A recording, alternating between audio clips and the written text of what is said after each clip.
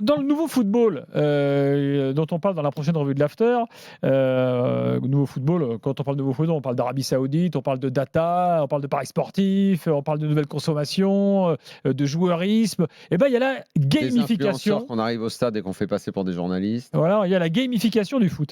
Et là, on a avec nous Cédric Mayor, messieurs, qui est l'auteur d'une thèse sur la représentation audiovisuelle du football à l'ère numérique et qui a participé à notre revue. Bonsoir Cédric. Bonsoir à tous. Salut Cédric. Et alors c'est très intéressant ton travail parce que on y voit qu'en fait, pendant longtemps, les jeux vidéo se sont inspirés du foot et que maintenant, c'est quasiment l'inverse. C'est-à-dire que le football commence à s'inspirer des jeux vidéo. Bah, tout à fait, il y a un peu un renversement qui se crée, puisque finalement les premiers jeux vidéo de foot sont apparus donc, dans les années 70. Mais dès le début, le but, c'était de faire un peu un jeu vidéo de foot qui ressemble à un match de foot télévisé. Et puis, quand on est arrivé à la 3D, plus on avance, plus on est arrivé aujourd'hui au FIFA, eSport FC, on se rend compte que c'est un peu l'inverse qui arrive et que finalement, c'est la télévision qui ressemble de plus en plus au football de jeux vidéo avec des caméras virtuelles, avec des plans de plus en plus spectaculaires. Et puis, Tu fais allusion la par place exemple aussi de à la data. nouvelle réalisation des Espagnols? Par exemple, depuis quelques temps, puis ils intègrent de l'infographie dans les matchs. On le voyait pas mal en Liga. Mais on a aussi, même, on prend l'exemple de la Spider-Cam, qui était déjà là depuis quelques années aussi, mais qui se rapproche beaucoup de ce qu'on voit dans les jeux, lorsqu'on tire les coups francs, les choses comme ça, au point où on peut même se dire si c'est pas les jeux qui ont véritablement inspiré cette mise en scène. Et alors, quel regard toi tu portes là-dessus concrètement? Quels sont les problèmes que tu vois à cette évolution? En fait, ça pose déjà plusieurs questions. La première, c'est que finalement, il y a différents âges médiatiques qui ont représenté le football. On est parti de la presse, on a fait ensuite la radio, encore aujourd'hui, la télévision, et on est un peu une ère de post-télévision, ce qui fait qu'aujourd'hui, on commence à ajouter des choses supplémentaires pour aller plus loin avec le second écran, avec le jeu vidéo, avec les données. Et finalement, on se rend compte même que avec c'est la force d'évocation des jeux, on en arrive même à être au stade où on peut finalement suivre un match de foot, on peut suivre en tout cas des performances des joueurs d'une équipe sans même avoir besoin de regarder le match. Donc c'est un petit peu la partie qui le plus peut-être la plus intrigante aussi, parce qu'on parle un peu de précession des simulacres, c'est-à-dire qu'on a sans savoir d'image du réel, on peut avoir finalement une vision de ce qui se passe réellement finalement dans le calendrier sportif, dans les événements sportifs. Il y a un truc dans l'image qui est assez bluffant. Là, la dernière version du nouveau jeu de eSport, c'est vrai que les images sont dingues maintenant, ce qu'on arrive à faire. Et quand tu te retrouves parfois face à un footballeur que tu vois dans le jeu et que tu vois dans la vie réelle, en fait, il y a un truc troublant. Enfin, je ne sais pas si ça vous est déjà arrivé d'avoir ce genre d'expérience-là. Ouais, mais ça, a priori, ça pose pas de problème. C'est juste un réalisme qui est toujours chaque année un peu poussé plus loin, quoi. Oui, mais, Moi, mais plus, la frontière entre le jeu et le match, il a raison, Cédric. Tu vois, ça participe aussi à ça, ces innovations techniques. Ce qui, à la limite, m'intéresse plus sur ce sujet, c'est comment le joueur de foot lui-même est influencé par l'image qu'il va avoir dans le jeu vidéo. Petit 1, quand ils vont chialer sur la note qui n'est pas assez bonne pour eux, ils sont prêts limite à porter plainte. Je pense que bientôt, on va avoir des avocats spécialisés pour qu'ils portent plainte par rapport à la note. Et 2, les mecs qui, sur le terrain, vont vouloir reproduire des actions qu'ils font avec la manette, parce qu'eux-mêmes jouent énormément, soit en inventant une célébration qui sera reprise par le jeu, soit en pensant qu'ils vont dribbler 2-3 mecs au lieu de faire la passe, enfin, où ils vont se croire à l'intérieur du jeu vidéo, où ils vont mélanger le réel et le virtuel. Et ça, on sait que pour certains joueurs, ça peut être un risque, ça.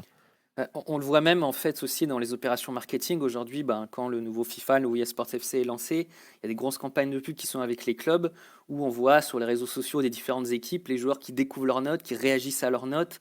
C'est totalement intégré dans un discours sportif et commercial aussi, Oui. chose qui finit par plus surprendre alors que c'est quand même assez surprenant parce que finalement les notes des jeux vidéo, c'est lié à la façon dont le jeu est conçu finalement. Et un peu un fantasme aussi de se dire, si dans l'imaginaire collectif, Messi est un super joueur, faut que forcément on ait la sensation que ce soit un super joueur dans le jeu vidéo. Alors que Messi, ça lui arrive, comme on le sait, de rater certains matchs aussi. Donc finalement... Oui, alors que quand tu le prends, généralement, tu joues bien avec, quoi.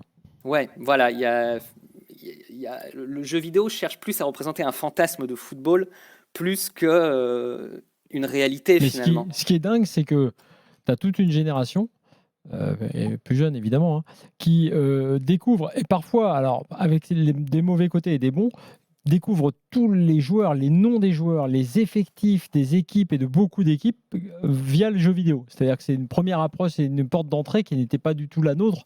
Nous, on a pu se mettre au jeu vidéo et attendre qu'il y ait de plus en plus de réalisme, de conformité avec ce qu'on connaissait du jeu de football. Là, aujourd'hui, la connaissance même des joueurs, elle commence par ça. C'est-à-dire que, par exemple, je parle avec des gamins qui te disent direct, ah non mais lui en fait il est droitier, pied fort, le pied fort c'est ça parce qu'il l'a vu dans le jeu vidéo. Donc c'est quand même dingue. On peut s'inquiéter de ça parce que comme tu le dis, Messi dans un jeu vidéo ne marchera jamais pendant 10 minutes alors qu'en réalité ça lui arrive souvent de marcher. En revanche, on peut aussi se dire, prendre ce biais en se disant, il y a une connaissance entre guillemets pointue en termes de data, hein, ça ne donnera pas une connaissance forcément du jeu, mais une connaissance des joueurs, du jeu des joueurs, que par exemple, moi j'aurais aimé avoir en termes de facilité d'accès quand j'étais plus jeune. Ouais, clairement, c'est un vrai outil de médiation aussi, ces jeux. On peut même découvrir des équipes un peu inconnues ou qu'on voit jamais à la télé. Et c'est aussi intéressant parce que c'est aux États-Unis, le football, en tout cas le soccer, a eu beaucoup de succès, ou en tout cas c'est beaucoup fait connaître grâce à FIFA, qui était considéré comme un jeu de dortoir, parce que c'était facile d'y jouer, plus facile qu'un jeu de sport américain, qui est parfois des règles plus complexes.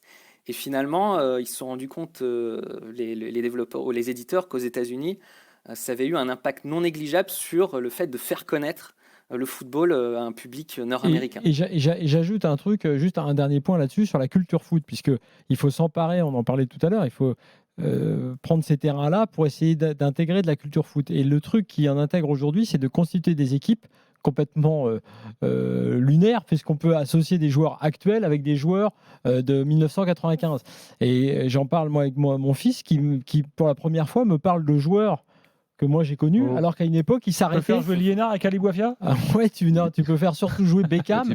Tu peux faire jouer, tu peux évidemment Maradona, mais même d'autres. Il parle de charnière avec Costa Curta, avec machin, le jeu de légende. Et ça, finalement, tout ça, c'est pas perdu parce que j'estime qu'à une époque il n'y avait pas la culture foot. Quand même, bien sûr. Alors il y a un truc, Bruno, qui est intéressant, c'est Football Manager, qui a été un vrai phénomène, bien sûr. Là, j'ai par exemple Bam Bam, là, notre modérateur sur YouTube, qui lui dit, moi j'ai découvert le football par Football Manager.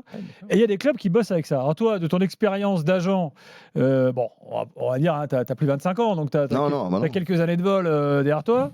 Quand tu entends des dirigeants qui te disent, tiens, j'ai vu ce type sur Football Manager, qu'est-ce que tu en penses, ou comment tu réagis à ça, et puis qu'est-ce que tu entends dans le milieu? C'est assez rare qu'ils le fassent de façon aussi ouverte, quoi, et qu'ils l'annoncent honnêtement qu'ils vont sur Football Manager, mais bon, quelque part, ça procède en fait d'une volonté d'approfondir ses connaissances, quoi. Donc tout simplement. Et bon, donc toi, tu le prends comme une base de données, comme une autre. Ouais, exactement. Non, ce qui m'inquiète plus par rapport à ce que disait notre intervenant, c'est que on voit maintenant dans le vrai foot des vrais joueurs qui sont eux influencés par rapport à leur niveau de stats, qui vont pas jouer naturellement, qui vont pas faire les passes à risque, qui vont faire les courses bidons. Bien sûr. Et donc qui vont être totalement conditionnés, qui vont plus du tout réagir comme des joueurs normaux, simplement parce qu'ils savent que ça va rentrer dans leur valorisation globale. Et c'est super inquiétant. Ah, mais tu as des exemples de ça? Non, mais ça a fait l'objet de discussions. Là, j'en ai parlé. Des dirigeants. J'en parlais là, à Los Angeles avec donc Chris Mavinga, qui est un joueur qui est là-bas, donc Chris Mavinga, qui a pas mal bourlingué, et il me disait, je vois des gars. Par exemple, il me dit, il y a Ricky Puig, qui est un ancien espoir du Barça, qui est parti là-bas. Ricky Puig. Qui est un peu leur petite vedette. Il paraît qu'il se balade là-bas, lui. Non, il se balade pas, il joue les ballons faciles, là où ça pique, il y va pas. Bon, enfin, faut dire là. Donc, il joue les ballons, tu vois, à toi, à moi. Alors que normalement, lui, c'est un numéro 10, donc il va dans la zone où il y a les crocodiles. Mais lui, il y va pas là où il y a les crocodiles. Donc, il va, effectivement, il a des bonnes stats, et donc il va sortir. Il va sortir qu'effectivement, mais c'est vraiment inquiétant de voir de quelle façon ça va conditionner les joueurs pour être toujours dans une zone où ils vont réussir un maximum de trucs, parce qu'il y aura une prise de risque moindre. Cédric, tu veux rajouter quelque chose? Peut-être pour rebondir sur le fantasy sport dont vous parliez tout à l'heure, c'est vrai que c'est une dynamique qui est de plus en plus évidente. Avant, il y avait Pro Evolution Soccer, on s'appelle eFootball. Par exemple, dans eFootball aujourd'hui, on peut que constituer son équipe de rêve. On peut on peut plus prendre n'importe quelle équipe pour jouer contre quelqu'un d'autre. Et on est de plus en plus sur ces mécaniques-là dans les jeux. On le voit aussi avec MPG, des jeux qui sont beaucoup plus axés là-dessus. Et puis le succès de Ultimate Team, qui est aussi très très fort dans les jeux FIFA, où c'est même une vraie poule aux œufs d'or pour les éditeurs. Donc voilà, on va quelque chose qui va peut-être moins vers ce côté encyclopédique des équipes et des joueurs, mais plus vers des constitutions d'équipes de rêve.